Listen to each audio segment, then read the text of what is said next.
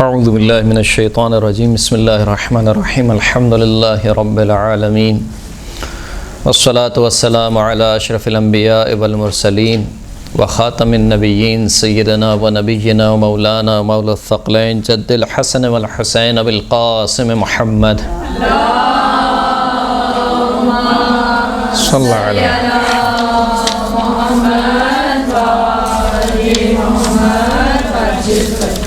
وعلى آله الطيبين الطاهرين المعصومين واللعنة الدائمة على أعدائهم أجمعين أما بعد فقد قال الله سبحانه وتعالى في كتابه المجيد والفرقان الحميد بسم الله الرحمن الرحيم يا أيها الذين آمنوا لما تقولون ما لا تفعلون وقال أيضا كبر مقتا عند الله أن تقولوا ما لا تفعلون.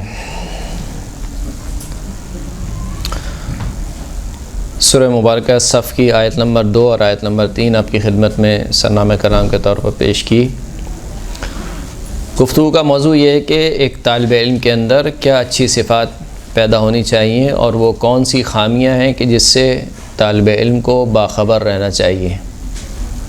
یعنی جب ایک شخص بالخصوص دین کا علم حاصل کرنے کی راہ پر نکل پڑتا ہے تو یقیناً کچھ خامیاں کچھ اچھائیاں اس کے اندر پیدا ہوتی ہیں. مثال کے طور پر وہ زیادہ اللہ سے اس کا لگاؤ پیدا ہو جاتا ہے. نماز میں مثال کے طور پر اس کو ایک توجہ برقرار ہو جاتی ہے یا اور اچھائیاں اس کے اندر پیدا ہوتی ہیں.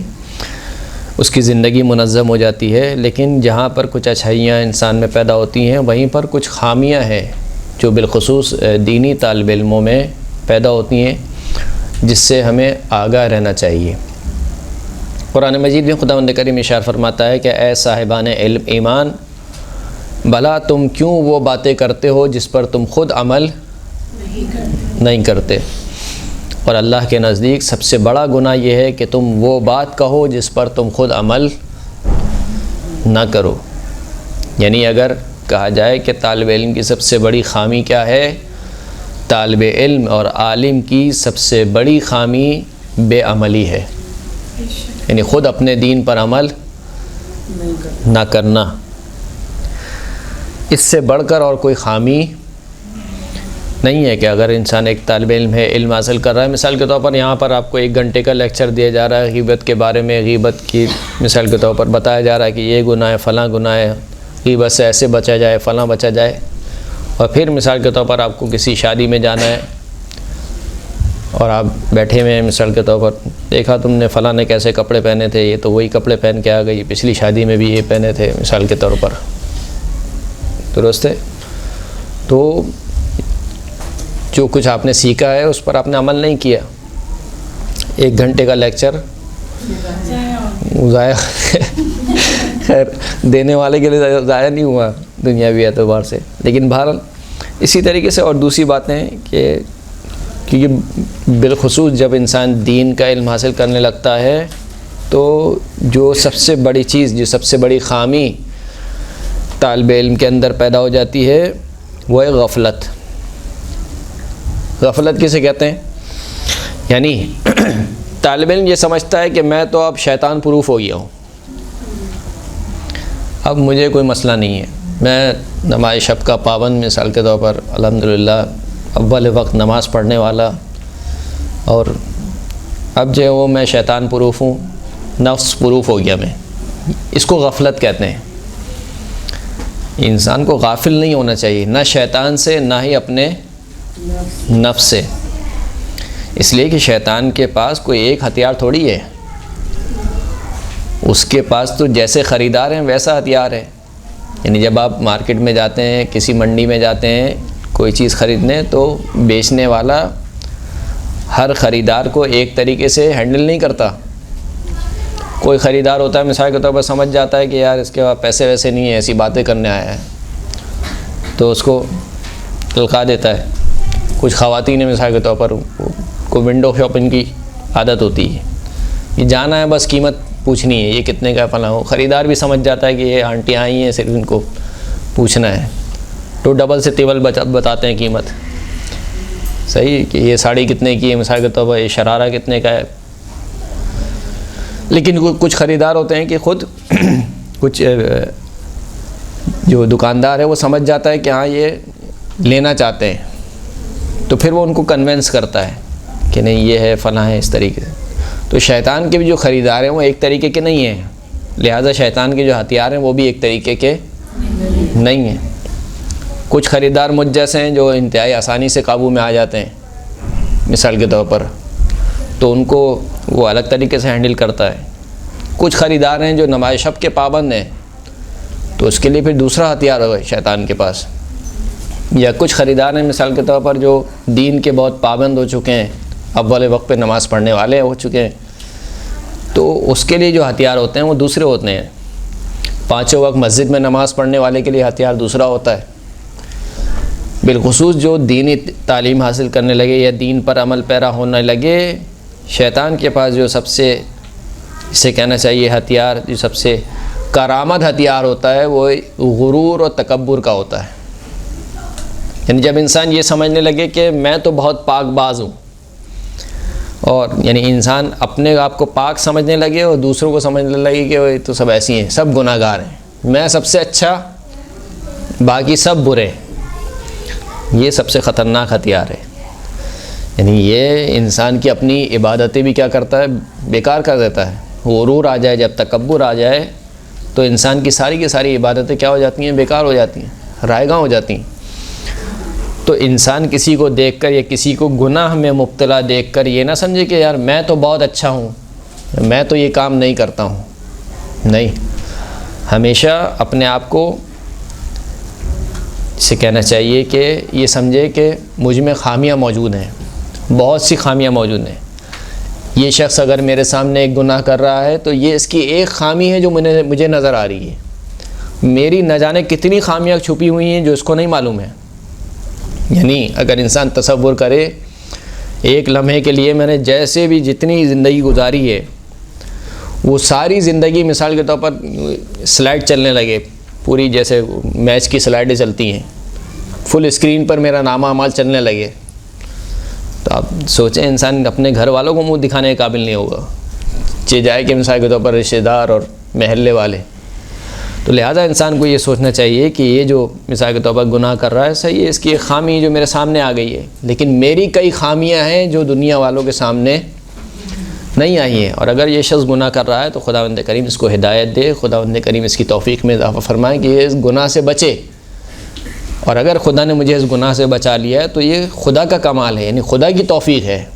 نہ اگر خدا مجھے اپنے حال پر چھوڑ دیتا تو مجھ میں صلاحیت نہیں تھی کہ میں کسی گناہ سے بچ پاتا. تو جو سب سے پہلی خامی ہے وہ یہ کہ لما تقولون ما لا تفعلون، کیوں وہ بات کہتے ہو جس پر خود عمل بے عملی، یہ سب سے بڑی خامی ہے. بالخصوص طالب علم کے لیے نہیں، بالخصوص علم دین حاصل کرنے والوں کے لیے سب سے بڑی خامی یہ ہے کہ وہ خود اس باتوں پر عمل نہیں کرتے. یعنی میں اگر اپنی بات کروں مثال کے طور پر مجھے آج درس دینا ہے تو میں بہت اچھا درس بنا رہا ہوں، لیکن میں اپنی پریکٹیکل لائف میں آیا جو بات میں کہہ رہا ہوں یہاں پر اس پر عمل کر رہا ہوں یا نہیں کر رہا ہوں.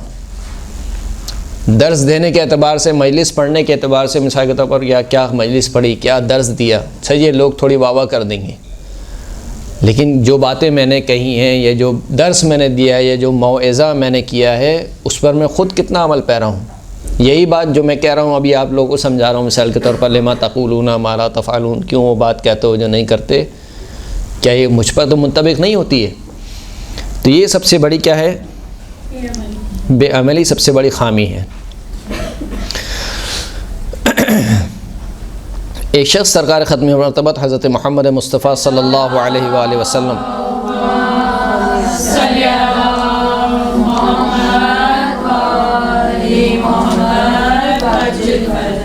سرکار کی خدمت میں حاضر ہوا اور کہا کہ جو فلاں شخص ہے بہت علامہ ہے. علامہ یعنی بہت زیادہ جاننے والا. ایک ہوتا ہے عالم، اور عالم کو اگر آپ مبالغہ کریں تو علام بنتا ہے، اور علام کا بھی اگر آپ مبالغہ کریں تو علامہ بنتا ہے. یعنی عالم جاننے والا، علام بہت زیادہ جاننے والا، علامہ اس سے بھی زیادہ جاننے والا. کہا کہ یہ شخص کیا ہے، علامہ ہے. تو سرکار نے پوچھا کہ اس کے کیا دلیل ہے، اس کے علامہ ہونے پہ کیا نشانی ہے. کہا لوگوں کا جو حسب و نسب ہے، جو نسب ہے وہ اس کو بہت اچھا یاد ہے، یعنی بتا دے گا کہ مثال کے طور پر فلاں شخص کس خاندان سے ہے، اس کا دادا کون تھا، اس کا نانا کون تھا، اس کا پردادا کون تھا۔ تو سرکار نے اشارہ فرمایا کہ یہ وہ علم ہے کہ اگر یہ نہ بھی جانتا تو اس کو کوئی نقصان نہ ہوتا۔ لہٰذا کوئی شخص یہ نہ سمجھے کہ اگر اس نے چند اصطلاحات یاد کر لی ہیں یا مثال کے طور پر کوئی علم حاصل کر لیا ہے تو وہ بہت بڑا علامہ بن گیا۔ کہا یہ وہ علم ہے کہ اگر یہ علم سے جاہل بھی رہ جاتا تب بھی اس کو کوئی نقصان نہیں ہوتا۔ پھر امام سرکار نے اشارہ فرمایا کہ انما العلم ثلاثۃ، علم جو ہے وہ اس کی 3 قسمیں ہیں۔ آیت محکمہ، ایک آیت محکمہ ہے یعنی عقائد کا علم، اور فریضۃ عادلہ، دوسری قسم ہے فریضہ عادلہ یعنی علم اخلاق، اور سنت قائمہ، تیسرا جو علم ہے وہ شرائع یعنی احکام حلال اور حرام کے کیا ہیں، مسائل ہیں۔ یہ اصل علم ہے جو انسان کو حاصل کرنا چاہیے، جس کے اوپر انسان کو سیکھنا چاہیے۔ جیسے کہ خود امام اس آیت کی تشریح میں، اس آیت کی تفسیر میں فرماتے ہیں کہ فَلْيَنظُرِ الْإِنسَانُ إِلَى طَعَامِهِ، انسان کو دیکھنا چاہیے اپنے کھانے کی جانب۔ قرآن کی آیت ہے، کہا کہ یہاں پر طعام سے کیا مراد ہے؟ قَالَ قُلْتُ مَا طَعَامُهُ، راوی نے کہا کہ اس کا کھانا کیا ہے؟ امام نے فرمایا کہ عِلْمُهُ الَّذِي يَأْخُذُ عَمَّنْ يَأْخُذُ، کہ 2 چیزیں دیکھنی ہیں، ایک تو وہ کون سا علم حاصل کر رہا ہے اور کس شخص سے علم حاصل کر رہا ہے۔ یہ بہت مہم ہے کہ کون سا علم حاصل کر رہا ہے اور کس شخص سے حاصل کر رہا ہے۔ یہ انسان کی غذا ہے۔ امام نے انسان کی غذا کیا قرار دی؟ علم حاصل قرار دی، علم کو قرار دیا کہ علم انسان کی غذا ہے۔ لہٰذا جب انسان غذا کھاتا ہے تو یہ دیکھتا ہے کہ کون سی غذا ہے، ایسی بغیر آنکھیں بند کیے انسان غذا نہیں کھا لیتا ہے۔ کہ جس طریقے سے تم اپنی غذا کو بغیر جانچ پڑتال کے نہیں کھاتے ہو، اسی طریقے سے اپنے علم کو بھی بغیر جانچ پڑتال کے حاصل مت کرو۔ دیکھو کہ کون سا علم حاصل کرنا چاہیے اور کس سے وہ علم حاصل کرنا چاہیے۔ تو یہ تو گفتگو علم کے بارے میں، لیکن جو گفتگو میں عرض کر رہا تھا کہ طالب علم کے لیے جو سب سے بڑی خامی ہے وہ بد عملی ہے یا بے عملی ہے، اس کے بارے میں سرکار ارشاد فرماتے ہیں کہ العلماء رجلان، علماء کی 2 قسمیں، رجل عالم آخذ بعلمہ فہذا ناج، ایک وہ شخص ہے کہ جو عالم ہے، آخذ بعلمہ، اور اپنے علم پر عمل کرنے والا ہے، یعنی فقط عالم نہیں ہے میری طرح، بلکہ میں تو عالم بھی نہیں ہوں، یعنی نہ علم ہے نہ عمل ہے، لیکن ایک وہ شخص ہے کہ جو عالم ہے اور اپنے علم پر عمل کرنے والا ہے، فہذا ناجن، پس یہ شخص نجات یافتہ ہے۔ وعالم تارک لعلمہ، دوسرا شخص وہ ہے جو عالم تو ہے لیکن اپنے علم کو ترک کرنے والا ہے، فہذا ہالک، یہ شخص جو ہے وہ ہلاک ہونے والا ہے۔ وَإِنَّ أَهْلَ النَّارِ لَيَتَأَذُّونَ مِنْ رِيحِ الْعَالِمِ التَّارِكِ لِعِلْمِهِ، جو اہل جہنم ہے، یعنی آپ سوچیں کہ خدا کو کس قدر ناپسند ہے ایسا شخص کہ جو عالم ہو لیکن عمل نہ کرے اپنے علم پر۔ فرمایا کہ جو اہل جہنم ہیں وہ اہل جہنم اس عالم کی بدبو سے اذیت میں ہوں گے۔ کون سے عالم کی؟ بے عمل عالم، یعنی بے عمل عالم کی بدبو سے اہل جہنم کیا ہوں گے؟ اذیت میں ہوں گے، یعنی وہ کہیں گے کہ بہت بدبو آ رہی ہے، یعنی بہت سڑا ہوا انسان ہے جو اپنے علم پر عمل نہ کرے۔ وَإِنَّ أَشَدَّ أَهْلِ النَّارِ نَدَامَةً وَحَسْرَةً رَجُلٌ دَعَا عَبْدًا إِلَى اللَّهِ فَاسْتَجَابَ لَهُ وَقَبِلَ مِنْهُ فَأَطَاعَ اللَّهَ فَأَدْخَلَهُ اللَّهُ الْجَنَّةَ وَأَدْخَلَ الدَّاعِي النَّارَ بِتَرْكِهِ عِلْمَهُ۔ فرمائے کہ قیامت کے دن جب محشر کا میدان سجے گا تو محشر کے میدان میں سب سے زیادہ حسرت اور سب سے زیادہ ندامت ایسے شخص کو ہوگی کہ جو لوگوں کو تو پکارا کرتا تھا اللہ کی جانب، بہت اچھے درس دیا کرتا تھا، مثال کے طور پر بہت اچھی گفتگو کیا کرتا تھا، لیکن خود اپنی گفتگو پر عمل نہیں کرتا تھا، تو اس کے درس دینے کی وجہ سے جو اس کا درس سننے والے تھے انہوں نے جو اس سے درس لیا اس پر عمل کیا تو خداوند نے کریم ان کو جنت میں داخل کر دے گا۔ انشاءاللہ آپ سب جنت نہیں ہیں، لیکن اس شخص کو جو درس دینے والا ہے اس کو خداوند کریم کہاں داخل کرے گا؟ جہنم میں۔ تو یہ شخص حسرت کرے گا، یہ جن کو میں سکھایا کرتا تھا یہ جنت میں داخل ہو گئے اور میں خود کہاں جا رہا ہوں؟ جہنم میں جا رہا ہوں. تو اس کو سب سے زیادہ حسرت ہوگی، ندامت ہوگی. ہو کیونکہ اس نے اپنے علم کو ترک کر دیا اور اپنی ہوا اور ہوس کے پیچھے چلا گیا. وَأَمَّا اتِّبَاعُ الْهَوَى فَيَصُدُّ عَنِ الْحَقِّ وَطُولُ الْعَمَلِ يُنْسِ الْآخِرَةَ. دو چیزوں کی طرف رہنمائی کی کہ طالب علم میں یہ دو چیزیں نہیں ہونی چاہیے. پہلی چیز کیا ہے؟ اتباع الہوا، ہوائے نفس کی پیروی. ہوائے نفس کی پیروی نہیں، ہوائے نفس یعنی میرا دل یہ کر رہا ہے، یعنی چاہے شریعت جو بھی کہے. مثال کے طور پر مثال کے طور پر آج گانے کا موڈ ہو گیا، آج گانا سننا ہے، تو کیونکہ میرا موڈ ہو گیا، میرا دل کہہ رہا ہے، لہٰذا میں گانا مثال کے طور پر سن رہا ہوں.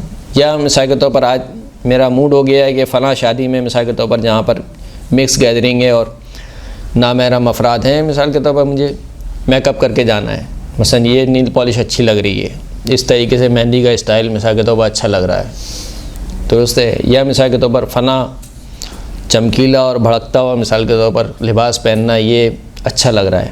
تو صحیح ہے، آپ کو اچھا لگ رہا ہے، لیکن اللہ کو اچھا لگ رہا ہے نہیں لگ رہا ہے. تو یہ ہوائے نفس ہے. کہا کہ ہوائے نفس کی جو پیروی کرتا ہے یہ حق کے راستے سے رک جاتا ہے، یعنی یہ پھر حق کو نہیں پا سکتا ہے.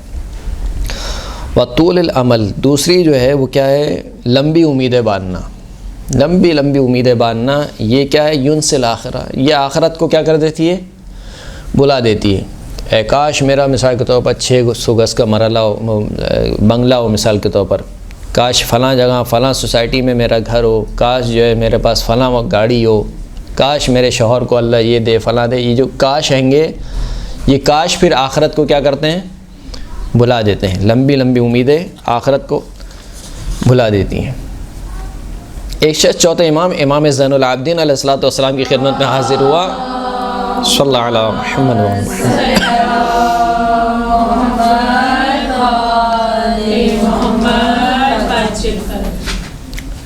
امام سے کچھ مسائل اس نے پوچھے تو امام نے جواب دے دیے.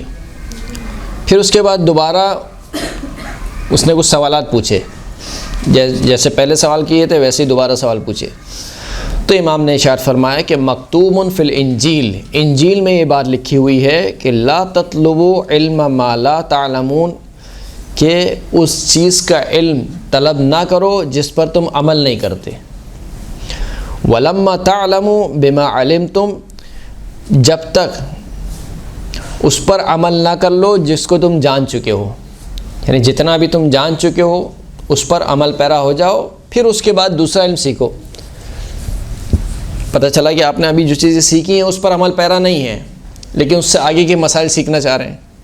امام کہہ رہے ہیں کہ یہ کام نہیں کرو. فَإِنَّ الْعِلْمَ إِذَا لَمْ يُعْمَلْ بِهِ لَمْ يَزْدَدْ صَاحِبُهُ إِلَّا كُفْرًا. اگر علم پر عمل نہ کیا جائے تو علم سوائے انسان میں کفر کے اور کسی چیز کا اضافہ نہیں کرتا. یعنی اگر انسان علم پر عمل نہ کرے تو علم کا اضافہ سوائے کفر کے اور کچھ نہیں ہے. وَلَمْ يَزْدَدْ مِنَ اللَّهِ إِلَّا بُعْدًا، اور علم پر اگر انسان عمل نہ کرے تو وہ سوائے اللہ سے دوری کے اور کسی چیز کا اضافہ نہیں کرتا. یعنی انسان آج یہ سمجھ رہا ہے کہ میں نے تو ہفتے میں مثال کے طور پر 4 درس لے لیے، 5 درس لے لیے، میں تو مثال کے طور پر القائم میں ریگولر اسٹوڈنٹ ہوں، وہاں پر جاتی ہوں، مثال کے طور پر ہر ہفتے کلاسز لیتی ہوں، فلاں لیتی ہوں، لیکن اپنے علم پر اگر عمل نہیں ہو رہا ہے تو اس کا مطلب کیا ہے کہ اللہ سے سوائے دوری کے اور کچھ نہیں ہے. لہٰذا اگر علم پر عمل نہ کیا جائے تو یہ سب سے بڑی خامی ہے. وَاعْلَمْ إِنَّ قَلِيلَ الْعَمَلِ يَحْتَاجُ إِلَى كَثِيرِ الْعَمَلِ، جان لو تھوڑا سا علم بہت زیادہ عمل چاہتا ہے. تھوڑا سا علم بہت زیادہ عمل چاہتا ہے. لأن علم ساعة يلزم صاحبه استعماله طول عمره، کیونکہ 1 گھنٹے کا علم یہ انسان کے لیے واجب قرار دیتا ہے کہ وہ اس 1 گھنٹے کے علم کو اپنی پوری زندگی استعمال کرے. یعنی آج مثال کے طور پر آپ 1 گھنٹے کا اگر درس لیتی ہیں مثال کے طور پر غیبت کے بارے میں، مثال کے طور پر کسی بھی چیز کے بارے میں، تو یہ 1 گھنٹہ جو کہ آپ نے علم حاصل کر لیا ہے، اب آپ کو عمل کب کرنا ہے؟ 1 گھنٹہ خالی عمل نہیں کرنا، یہ پوری زندگی عمل کرنا ہے۔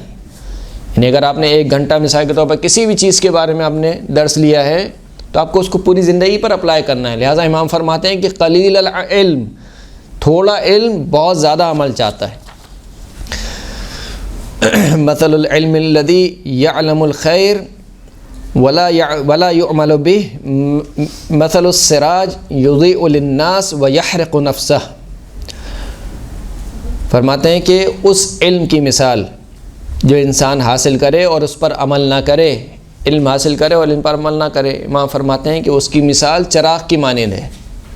چراغ کیا کرتا ہے کہ لوگوں کو روشنی دیتا ہے، خود اپنے آپ کو جلا کر لوگوں کو روشنی دے رہا ہے، نہیں لوگوں کے سامنے مثال کا درس پڑھ رہا ہے، مجلسیں پڑھ رہا ہے، سب کچھ ہو رہی ہیں، لیکن خود عمل نہیں کر رہا ہے، تو خود اپنے نفس کو جلا رہا ہے لوگوں کو روشنی دینے کے لیے۔ یہ مثال ہے کس کی؟ عالم بے عمل کی۔ پھر امام فرماتے ہیں کہ ابن مسعود جو کہ رسول اللہ کے صحابی ہیں، فرماتے ہیں کہ ابن مسعود من تعلم العلم ولم يعمل بما فيه حشرہ اللہ یوم القیامت اعمی۔ ابن مسعود، اگر کوئی شخص علم حاصل کرے لیکن علم پر عمل نہ کرے تو ایسے شخص کو خداوند کریم اندھا محشور کرے گا۔ ومن تعلم العلم رياء وسمعة يريد به الدنيا نزع اللہ برکتہ۔ جو شخص علم حاصل کرے کس لیے؟ ریاء، لوگوں کو دکھانے کے لیے، وسمعتاً، شہرت کے لیے، لوگ کہیں گے یہ بہت بڑا عالم ہے، یہ بہت بڑی محلے میں مثال کے طور پر یہ کہیں کہ یہ اچھی ذاکرہ ہیں، یہ القائم سے پڑھی ہوئی ہیں، لوگوں کے دکھانے کے لیے، شہرت کے لیے اگر کوئی شخص علم حاصل کرے جس کے ذریعے سے وہ فقط دنیا چاہتا ہو تو نزع اللہ برکتہ، تو خداوند کریم اس کی برکت کو چھین لیتا ہے۔ وضیق علیہ معیشتہ، اور اس کی زندگی کو اس کے اوپر تنگ کر دیتا ہے۔ ووکلہ اللہ الی نفسی، خدا اس کو اس کے نفس پر چھوڑ دیتا ہے۔ آپ سوچئے کتنا بڑا عذاب ہے کہ اگر خدا مجھ کو میرے حال پر چھوڑ دے۔ تصور کیجئے، آپ ایک لمحے کے لیے تصور کیجئے، یعنی اگر انسان کو اس کے حال پر چھوڑ دے، خدا ہاتھ نہ پکڑے میرا، آپ کہاں جائیں گے؟ آپ اور میں کہاں جائیں گے؟ یعنی لمحے کے لیے میں اللہ کا محتاج ہوں، درست ہے؟ اب اگر اللہ مجھے چھوڑ دے میرے حال پر، اس کو چھوڑ دو، جیسے بسا وقت ہوتا ہے مثال کے طور پر بچہ بہت تنگ کرتا ہے، بچوں کو آپ بہت سمجھاتے ہیں لیکن ایک وقت آتا ہے کہ آپ کہتے ہیں کہ آپ یعنی دل اچاٹ ہو جاتا ہے آپ کا، تو پھر آپ کیا کہتے ہیں؟ چھوڑ دو اس کے حال پر، جو کرتا ہے کرے، باہر جائے، جو اس کو کرنا ہے کرے۔ اگر خدا نے ایسا کام کیا ہمارے ساتھ کہ اس کے حال پہ چھوڑ دو تو یہ بہت بڑا عذاب ہے، شاید جہنم سے بڑا عذاب ہو۔ فرمائے کہ خداوند کریم ایسے شخص کو خود اس کے نفس پر چھوڑ دیتا ہے۔ ومن وکلہ اللہ الی نفسہ فقد ہلک، اور خدا جس کو اس کے نفس پر چھوڑ دے تو پس وہ کیا ہو گیا؟ ہلاک اور برباد ہو گیا۔ صلوات پڑھیں محمد و آل محمد۔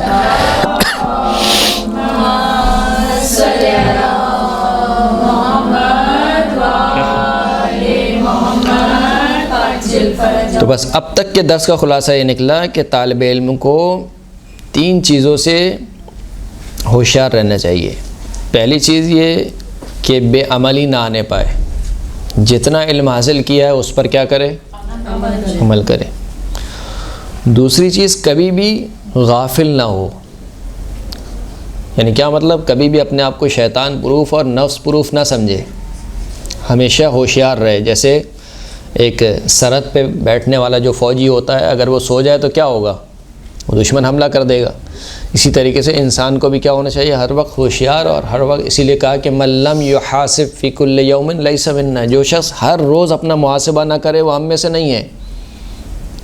رات کے وقت جو شخص اپنا محاسبہ نہ کرے کہ آج کے دن کیسا گزارا، میں نے کیا کیا، کہا کہ وہ ہم میں سے نہیں ہے، امام فرما رہے ہم میں سے نہیں ہے۔ بس جو شخص اپنا محاسبہ کرے اور پائے کہ اس نے آج اچھے کام انجام دیے ہیں تو بس اللہ سے دعا کرے کہ اس کو مزید توفیق عطا فرمائے کہ وہ اچھے کام کرے۔